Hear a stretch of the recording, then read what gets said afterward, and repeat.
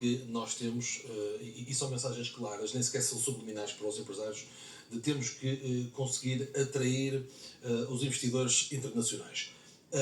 Mas para isso, presumo eu, vocês é que são os especialistas, mas presumo eu que para isso nós temos que ter determinadas condições para que os investidores queiram vir cá. Entre elas, por exemplo, há várias. O quanto é que se paga de impostos são muito importantes, têm a ver com dinheiro, mas há outras, como por exemplo a segurança, porque ninguém quer investir em países onde não há segurança. E neste prisma, eu até nem sei se atualmente, pelo menos tendo em conta o que é que se passa no espaço público, eu não sei se é um bom período para Portugal ou não. Mas vamos a isso. Eu gostava de ouvir a vossa opinião sobre esta matéria. Claramente, ou seja, obviamente, há aqui antes da pergunta, há aí o raciocínio que eu também quero deixar claro. Não é o facto, nós não precisamos de investimento internacional para criar valor. Nós temos aqui condições para o fazer. Agora, as condições que o governo coloca em cima da mesa limitam muito também esta capacidade de geração de valor. Vou-vos dar aqui alguns exemplos. Uma delas é o IRC. Portanto, nós sabemos que o IRC é extremamente complexo. Há mais de 100 exceções ao IRC. E, portanto, quando, por exemplo, o governo anuncia um pacote de simplificação fiscal, quantas exceções é que deixa cair no IRC? Zero. E mesmo para descer um ponto percentual foi o que foi. Para descer um ponto percentual. Mas podemos até argumentar que poderíamos manter neutralidade fiscal no IRC, mas simplificá-lo seria muito mais fácil para uma pessoa que vem de fora, que não percebe o contexto português, Sim. investir, porque depois... Mas já que está a fazer claramente uma referência às 30 medidas que foram... Sim. Já agora deixe-me fazer-lhe... Vou-lhe fazer exatamente a mesma pergunta que fiz a semana passada num programa de debate político, mas a pergunta é a mesma, só que na altura eram políticos. No seu caso é um especialista nesta matéria, que é, desde que eu me lembro de andar aqui neste meio jornalístico, já vou mais de 20 anos, que ouço falar, por quem sabe, não é? Economistas e fiscalistas, que o país precisa de uma profunda reforma fiscal. Portanto, há mais de 20 anos que eu ouço esta conversa. Isto é um ponto de partida ou não tem rigoroso para essa eventual ou não tem nada a ver? É uma migalha. Ok, não tem nada a ver. Pronto. Não, tem a ver, mas eu não lhe chamo medidas de simplicidade fiscal. Eu chamo medidas de simplicidade dos procedimentos fiscais.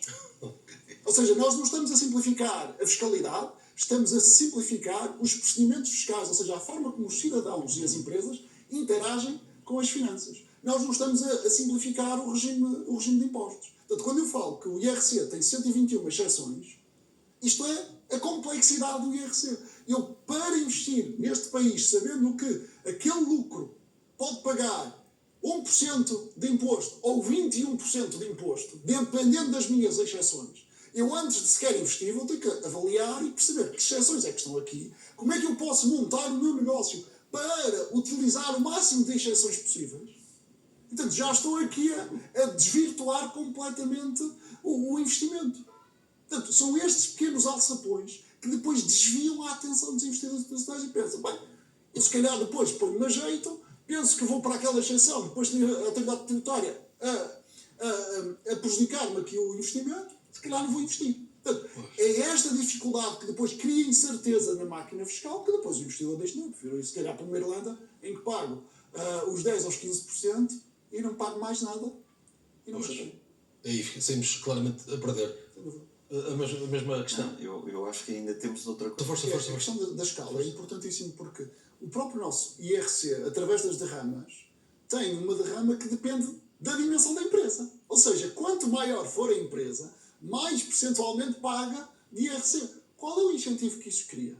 As empresas não vão querer crescer, preferem multiplicar-se, e depois temos empresários com 15 empresas pequenas, simplesmente para não pagar mais de IRC. Enquanto que, do ponto de vista da economia, era mais eficiente ter uma grande empresa com outro poder negocial junto dos seus fornecedores, mas porque há este regime fiscal, cria-se estes incentivos à escala. Eu acabei de me lembrar de um ponto que tenho que o deixar aqui claro, para percebermos, lá está, que esta discussão por silos muitas vezes nos prejudica. Ainda há pouco... Outros programas que vamos ter que fazer seguramente, espero encontrar-os mais vezes, mas porquê que eu faço este enquadramento? Temos mais ou menos 4 minutos agora ainda de diálogo e eu, ainda no seguimento do crescimento da economia, gostava de vos ouvir, portanto 2 minutos a cada. É absolutamente impossível fazer um programa de economia hoje sem vos perguntar sobre Donald Trump. Portanto, estamos aqui na segunda-feira em que Trump está a ser novamente empossado Presidente dos Estados Unidos, e o que eu gostava de vos perguntar é que impacto é que vocês acham, 2 minutos para cada,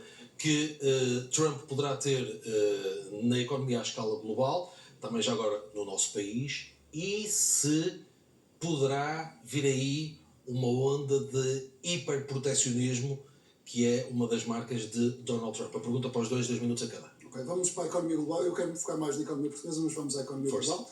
Claramente a questão das tarifas vai impactar de forma séria a economia global.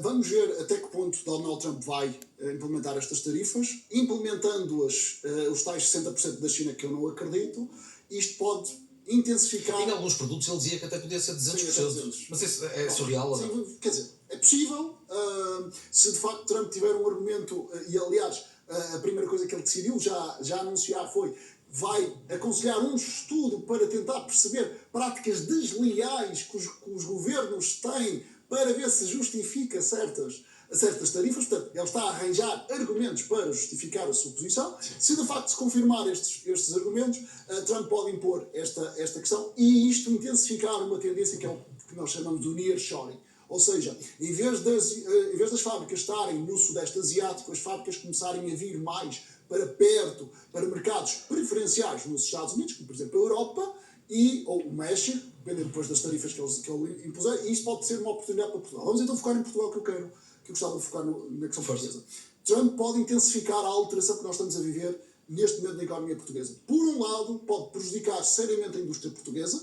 A indústria portuguesa, apesar de não exportar diretamente para os Estados Unidos, exporta para a Europa, que depois vai exportar o produto acabado para os Estados Unidos. Com uma tarifa sobre os produtos europeus, a indústria portuguesa pode sofrer algum problema com isto. Há tal oportunidade de nearshoring, depende do governo. Mas, ponto positivo, turismo. Trump consegue impor tarifas sobre produtos, não sobre as viagens. O que é que isto significa? Quando Trump baixar os impostos sobre a classe média alta, colocará mais dinheiro nos bolsos dos americanos para eles poderem vir cá e gastar mais. Não nos podemos esquecer que, já o ano passado, o primeiro turista em Lisboa e no Porto são os turistas americanos. E, portanto, nós podemos vir a ganhar mais turismo graças a Donald Trump. Esse sim é outro assunto em aberto que vamos ter que falar mais vezes, seguramente. Carlos, estar atentos e conhecendo Trump, como todos conhecemos, vamos ter novidades muito rapidamente. Carlos Carvalho, um gosto muito grande recebê-lo aqui no ADN. Filipe Grilo, igualmente. Muito obrigado aos dois. Obrigado.